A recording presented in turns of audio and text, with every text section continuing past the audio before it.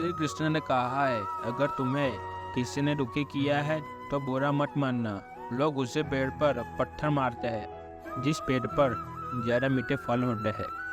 अहंकार करने पर इंसान की प्रतिष्ठा, वंश, वैभव तीनों ही चले जाते हैं। विश्वास ना हो तो रावण, कौरव और कंस का अंत देख लो। कृष्ण कहते हैं, जैसे प्राणी अपने पुराने कपड़ों उतारकर फेंक देता है, नए को धारण करता है, उसी प्रकार यह आत्मा पुराने शरीर से त्याग कर नया शरीर प्राप्त करती है। मंजिल ने मुझे छोड़ गई, रास्ते ने संभाल लिया, जा जिंदगी तेरी जरूरत नहीं, कृष्ण ने मुझे संभाल लिया। कुदरत के फैसले पर कभी शक मत करना। अगर सजा मिल रही है तो गुनाह भी हुआ होगा। जब हम स्वयं जीवन के शिल्पकार हैं तो चलो हम अपनी मुश्किलों को हराते हैं, जीवन में मुस्कुराते हैं। जब आप प्रभु से जुड़ जाओगे तो आपकी परीक्षा प्रारंभ हो जाएगी। कुछ लोग इसे दुख समझते हैं, पर इसे आप प्रभु की कृपा सुनने की वजह आपके साथ है। मनुष्य कितने भी गोरा क्यों न हो, परंतु उसकी परछाई सदैव काली होती है। मैं श्रेष्ठ हूँ, यह आत्मविश्वास है, लेकिन सिर्फ मैं ही श्रेष्ठ हूँ, यह अहंकार है।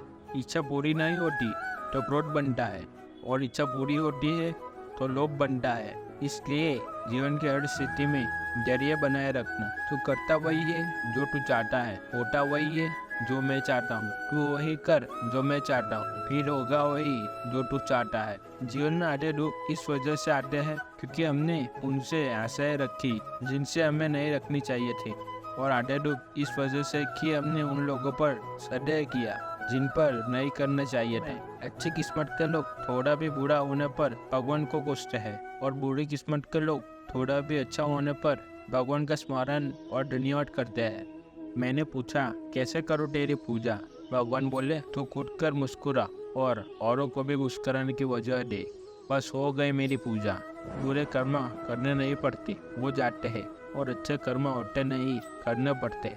जो दूसरों की तकलीफों को समझते हैं, जिनमें दया है, दिल से अच्छे हैं, उन्हें दोबारा जन्म लेना नहीं पड़ता।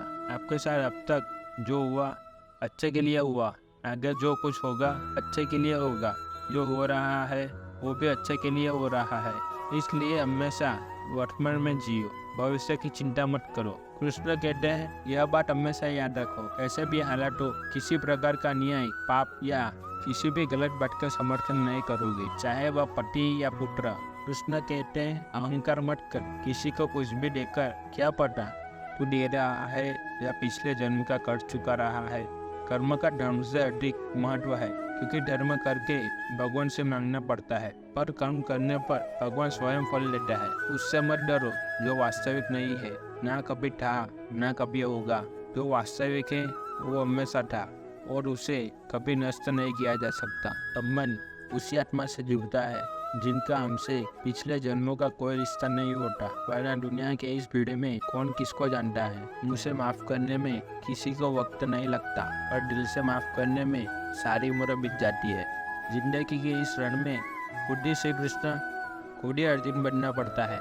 रोज अपना ही सारथी बनकर जीवन के महाभारत से लड़ना पड़ता है। खाली हाथ आए खाली हाथ वापस चले जाओगे। आज तुम्हारा है, कल किसी और का था, परसों किसी और का होगा। तुम जिसे अपना समझकर मग्न हो रहे हो, बस यही प्रसन्नता तुम्हारे दुखों का कारण है। कृष्ण जी कहते हैं, जिस व्यक्ति को आपकी कदर नहीं, उसके साथ खड़े रहने से अच्छा है आप अकेले खड़े रहे।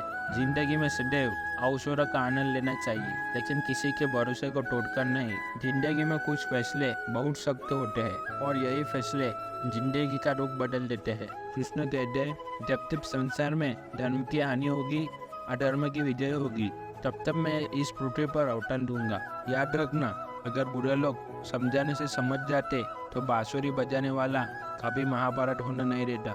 जिंदगी में अच्छे लोगों की तलाश मत करो, खुद अच्छे बन जाओ। आपसे मिलकर किसी की तलाश पूरी हो जाए। दुनिया के सबसे ज्यादा सपने इसी बात पर तोड़े हैं। क्या कहेंगे लोग? जो एक गुनाह माफ ना करे वो है न्यायाधीश, जिसकी शरण में जाने से हजारों गुनाह माफ कर दे वो है द्वारकाधीश। जय श्री कृष्ण।